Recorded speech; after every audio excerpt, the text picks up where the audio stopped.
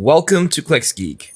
So my name is Rob Andolina. I'm one of the partners over at Geek, and I wanted to make this quick introduction video to kind of walk you through exactly what Google Ads is, how the platform works, and how you can leverage it to generate a steady stable of leads on a weekly, monthly basis. Right, so there's a couple of different things I'm going to go through with you in this video. So I highly recommend that you watch this till the end because it's very, very important that you understand how Google Ads works so you know what to expect and there's no surprises. All right, so the first part of this video is what is Google Ads, right? So this is for the absolute very beginner who doesn't really understand what Google Ads even is. So obviously Google.com is the largest search engine in the world, and they let businesses run advertisements when someone searches keywords on their search engine platform. So essentially what we would do, so let's say we are a auto detail company near me, right? So let's say someone searches Google for auto detail company near me, right? And you have an auto detail business, you have a junk removal business, whatever. If that was the case, it would be junk removal company near me. It doesn't really matter what the business is. What you're seeing is Google's taking your location, which I'm in Perkins, CPA, which is right outside of Philadelphia, and they're showing you sponsored ads. So these are Google Ads. Now, all this really is, if someone's searching for an auto detail company near them, obviously auto detail companies in my location or around my location are running ads for people searching for that phrase.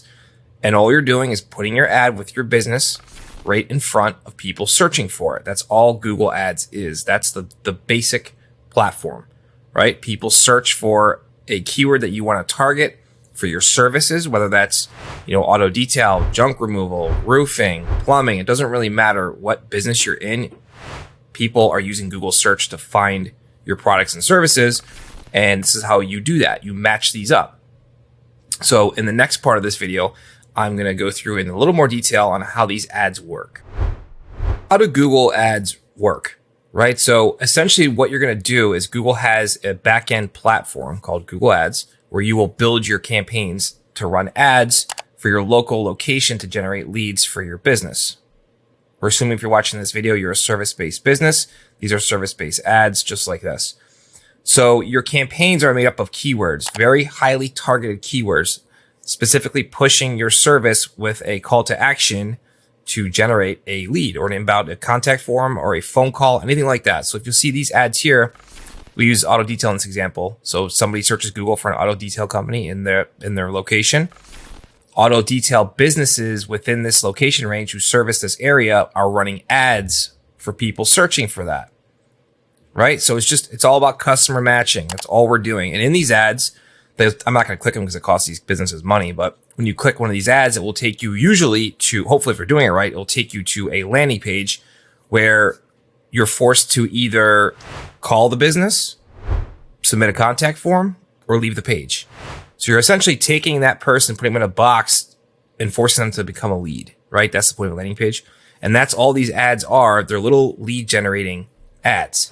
And that's how we use Google Ads to generate leads for your business. And it's all based on the keywords people search. So again, if we're using an example as an auto detail company, as we are, we would have different keywords like auto detail company near me. I need an auto detailer, auto detail services in Perkins, right? That'd be a geo ad group because that's the location I'm in, and on and on.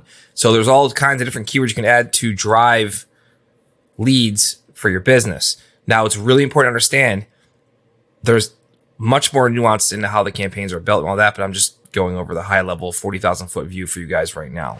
So it's all about keywords that show your ads to targeted customers in your targeted locations. Next is a very, very important part. I'm going to go through the top 15 most common questions we get over and over and over again for people who just onboarded with us within the first week of running. So it's always the same 15 questions. So let's address this now so you understand what's going to happen, how this works, and you can set your expectations correctly. All right. So what you're looking at right now is the inside of a Google Ads platform, right? This is the back end. This is where you build the campaign. So this is actually a live client. He's running 2 campaigns with us.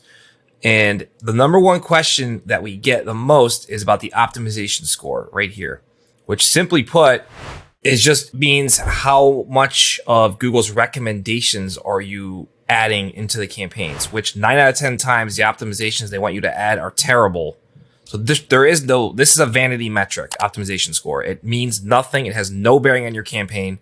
It has nothing to do with the campaigns we're building. It's just suggestions that Google makes, and if you follow them or not. They give you an optimization score based on how much of them you implement. And a lot of the times they're garbage. They're not good for campaigns. It's just Google wanting you to spend more money and stuff like that. So this is a non-issue optimization score. It doesn't mean anything. It has no bearing on the reality of the results for the campaign. Nothing like that. It's just all it means is how much of Google's recommendations and suggestions are you actually implementing. And while I have you guys here, let me walk you through the campaign statistics that you'll see, because you want to be familiar with this. So while I have you here, I might as well. So here's obviously the campaign names. This guy has a junk car business, cash for junk cars and a towing. You have your budget, Monday through Friday or 7 days a week, whatever your ad schedule is set. That's the budget you set per day. You have your status here, optimization score, and then the most important metrics: clicks, impressions, click-through rate, average cost per click, total cost in the time frame you're looking at, which is 30 days, conversions, which are leads, cost per lead, conversion rate. And then this is just data metrics for our guys to look at, impression share, stuff like that. So the most important metrics that you guys need to focus on, none of this really matters. It really doesn't. This is just data we need to optimize the campaign. What matters for you guys to focus on is conversions, right? Volume of conversions, cost per conversion. Those are the two biggest metrics. Those are the only metrics that matter when running Google Ads campaigns as you, the business owner on the other side of the phone, taking these leads, right? You have to make sure you have a volume of leads, an acceptable volume of leads, and that the cost per lead is still low enough that you can turn a profit on, whatever your close rate is on the leads that come through. So that's question number one. Optimization score. Don't worry about it. It's irrelevant. Doesn't matter. Number two, biggest question we get is usually after a day or two that we hit the go button on the campaign and it's live is my campaign on? I haven't got any clicks. I haven't got any leads yet. So something to understand with Google Ads is that this is not a switch that you just flip up and then you start getting, like this guy right here, 274 clicks in 30 days, right? There's a ramp up period. The first week it usually takes just to start ramping up your clicks. Okay. Some campaigns are faster than others. Some will turn them on and they will get phone calls the first day. That's just the way it is. Depends on your location, your market, your budget, everything. There's so many different factors that factor into that. Some, it will take 2 days, 3 days, 4 days before you start to see your clicks slowly ramp up and then the leads will start following. But something to keep in mind is that Google Ads is not a magic bullet. Okay. This is an additional lead source that you should be running for your business. It shouldn't be the crux of your entire company. Should not be on Google Ads, even though it can be. I highly recommend not doing that, but some people do.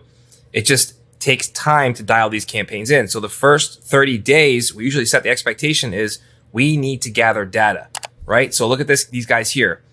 In the last 30 days, 274 clicks. So that's 274 different search terms or keywords that our team now behind the scenes is going through, and we're pausing stuff that didn't turn into phone calls. We're increasing bids on stuff that turned into a lot of phone calls. We're assessing the data and we're optimizing the campaigns, which is done on a weekly basis per account. So important to understand, don't get frustrated if you just launch your campaign and you're not getting clicks and leads right away within 24 to 48 hours. Most of the time you will, but there is a lot of guys, depending on your budget. If you have a small budget, $25 a day or something like that, it's going to take longer. Okay. That's just the way it is. There's no shortcut. Google Ads is a lead generation system. It takes time to build this out and to get it optimized. But once it's optimized, you'll look at here. I mean, this guy got 175 leads in the last 30 days, 264 towing leads in the last 30 days. Now, are these results for everybody? Obviously not. This depends on, again, his budget, his location, his niche, a lot of different factors. What I'm saying is once it's dialed in, like this guy's campaign is dialed in, you can get insane results and insane growth in your business. Question number 3. How often are you charged by Google? So how Google does this, when you create your Google Ads account, you set up your billing, right? And that's just entering your business's debit card, credit card, whatever you have set up in your Google Ads account, that Google will automatically debit when you hit your payment threshold. So normally a payment threshold is set at $500. So Google will bill you once you've accrued $500 worth of clicks from Google. Because remember, in Google, you're not getting charged per lead or per phone call. You're only getting charged when someone actually clicks on one of your ads. Okay, that's very important to understand. So this is not something that's in any Google Ads agency's hands, or we have nothing to do with Google billing. That is between your business and Google and your Google Ads account. It has nothing to do with us. So when your payment threshold is met, now that could be in a week, it could be in a month. It depends whatever your budget is, right? But when it's met, they will automatically hit you and debit your account. That's how it works. It can be confusing, but I want to make this as clear as possible. We are not debiting your account. Google is going in and debiting the card on file to pay when you've accrued that threshold of $500. I believe it's $500 now. I think it used to be like $350, but I think it's $500 now. Question number 4. You're spending more than your daily budget on some days, right? This is a very common question we get all the time. Now, the way Google breaks it down is you set your daily average budget, right? So it's an average. So let's say you set $50 a day, Monday through Friday. That's 5 days a week. That's $1,000 a month budget. Google they can go over, and most times they will a little bit. Will go over your daily budget, but they'll be right on target for your monthly budget, right? It tells you right here. This is a Google Help article. Google will optimize your campaign spend for days of the month when you're more likely to get clicks and conversions, which are leads, like when search traffic is higher during the day or when we predict higher return on investment for your ads. This means that on some days you might not reach your average daily budget, and on some others you might exceed it. But the average at the end of the 30-day month, 31-day month, whatever, is going to be what your budget is. So that's important to keep in mind. So have the expectation that some days you might not spend your full budget, right? You might come under, and some days you might go a little bit over, but at the end of the month, you're going to be right on target. Very important to understand.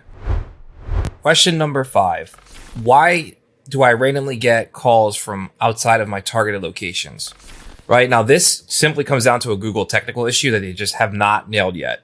Even in 2023, it's still an issue because a lot of the traffic is mobile traffic and they just haven't nailed down IP addresses on moving phones. So it's not always 100% accurate, even though mobile traffic usually converts the best for a campaign.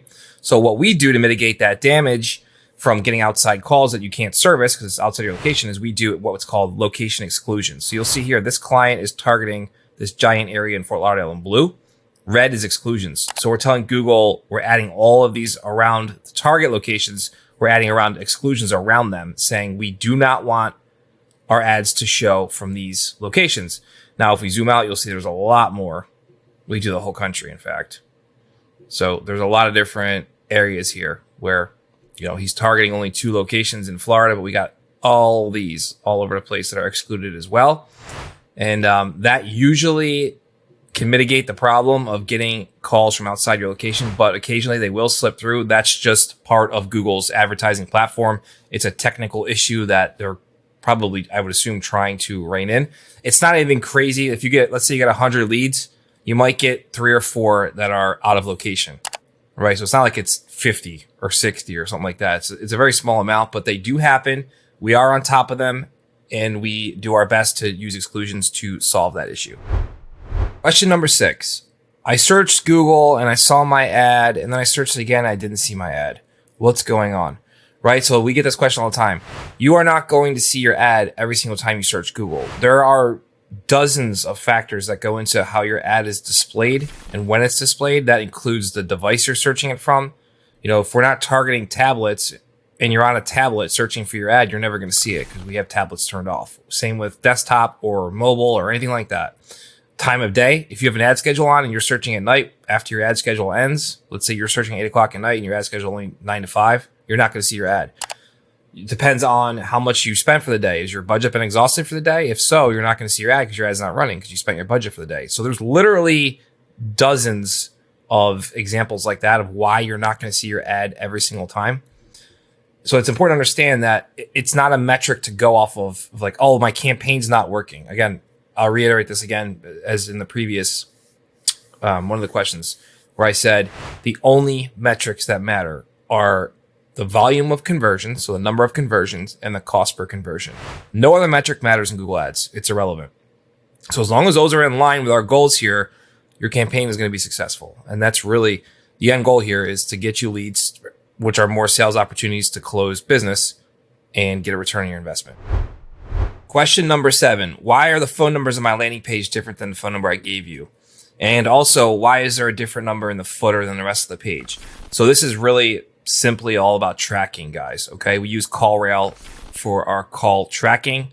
We can track phone calls back to the keyword in the Google Ads campaign so we can see which keywords are driving phone calls. Now, how we do that is by creating an account for you in CallRail for your company. And then your landing page will get 4 dynamic numbers. All right. That will auto swap every time a visitor lands on your landing page. And then we get 1 static number, which we attach to the actual Google ad. It's called a call extension, right? And that number has to be in the footer of your landing page, or Google won't accept it. So essentially you get 5 tracking numbers in your campaign, 4 dynamically that will swap so we can track keywords in your Google Ads campaign that drive calls, and 1 static number that we attach to your ad so people can just pick up the phone and call you right from the ad. Now, you might be asking, why can't I use my own number? Because then we cannot track leads if we use your main phone number. We have to track the calls so we can measure the success of the campaign. So that's why the numbers on the page are different. Rest assured, every single one of them is forwarding directly to the destination number that you gave us in the onboarding form. Question number 8, can I use my own website for the campaign? The short answer is no. We don't even really have that as an offering. If you want to use your website, it's not really going to be a fit for us, because here's why.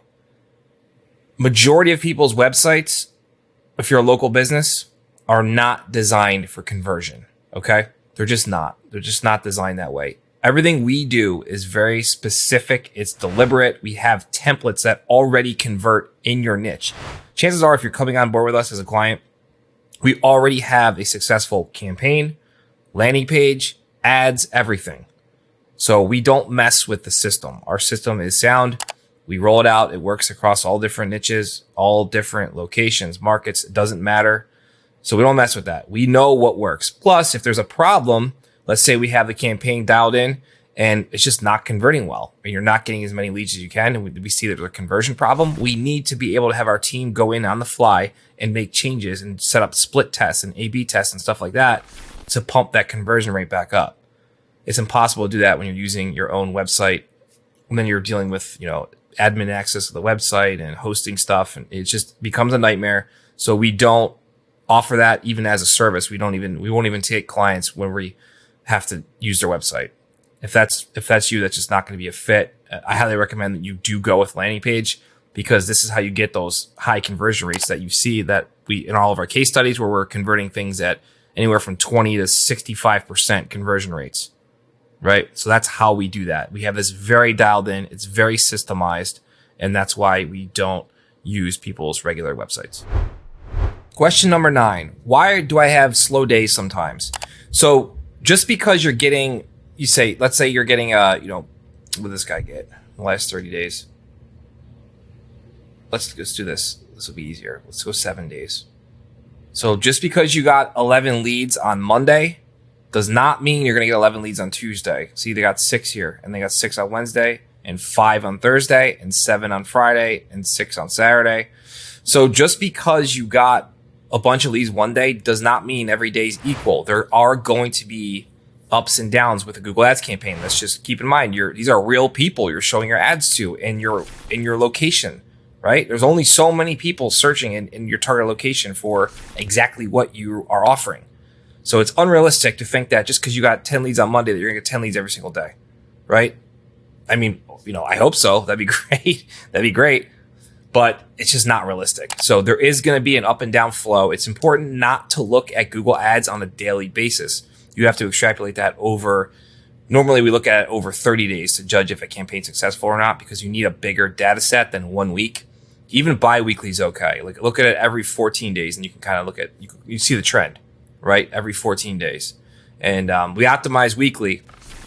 Our team goes in and touches the accounts and works on them at least once a week, bare minimum.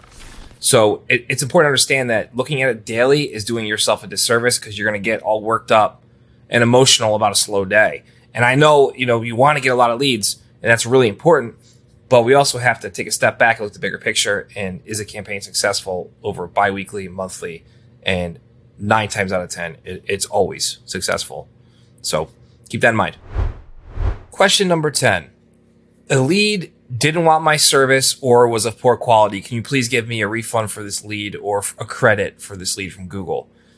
So that is not how Google works, right? As I stated earlier in this video, you are charged for a click, right? Google doesn't care about the lead quality. They're not going to give you a credit for a bad lead. That's not how it works. You're charged for the click. Now, if the click was a fraudulent click, then that's a different story, but that won't happen because every client we have has click fraud software installed on their landing pages. So that catches all of that and bans those IP addresses. And it's a non-issue, right? If you're spending, let's say $50 to $150 a day, you literally don't have to worry about click fraud. It's only for accounts who are spending bigger money, like $1,000 plus a day. That's where you'll get click fraud that comes through. And that's why it's important to have click fraud software, which we have anyway, regardless, for every client. So there is no credit. There is no refund on a bad lead or a lead that you couldn't sell. You're getting charged for the click regardless. That's just how Google's platform works. Question number 11. Do I need Google Analytics? Do you need access to my Google Analytics? Short answer, no. We don't use Google Analytics for Google Ads because we don't have to. And we're not using your website to build our landing pages, so there's no need to access your analytics. We set up all of our lead tracking through the Google Ads platform and our CallRail third-party call tracking platform. So no, we do not need Google Analytics. Question number 12. Why is my cost per click so high? I need that lowered, right? So CPC is cost per click. That's a slang in Google Ads. I can't stress this enough. Cost per click is not a relevant metric to even look at. It doesn't really matter. Remember, as I said before, the only metrics that matter are conversions, which is the amount of leads you're getting, and cost per conversion. So if your cost per conversion, whatever your lead is, whatever a lead costs you, if it is in line with your goals for the campaign that we set, then it's a successful campaign. The cost per click is irrelevant. It doesn't matter. Now you might see, oh my God, I'm paying $18 for a click, but your cost per lead is $25 or $30.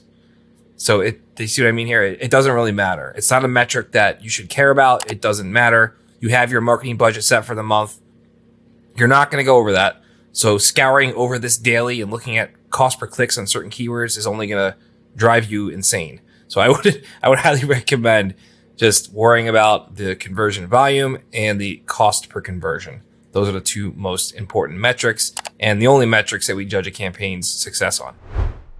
Question number 13. How often is my campaign worked on?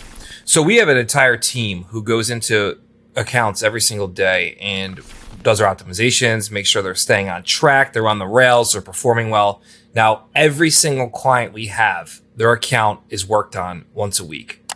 More if needed. If there's a problem, then it's obviously there's more intensity that we're looking over that. We have plenty of systems in place and triggers so notify us if there's an issue in an account.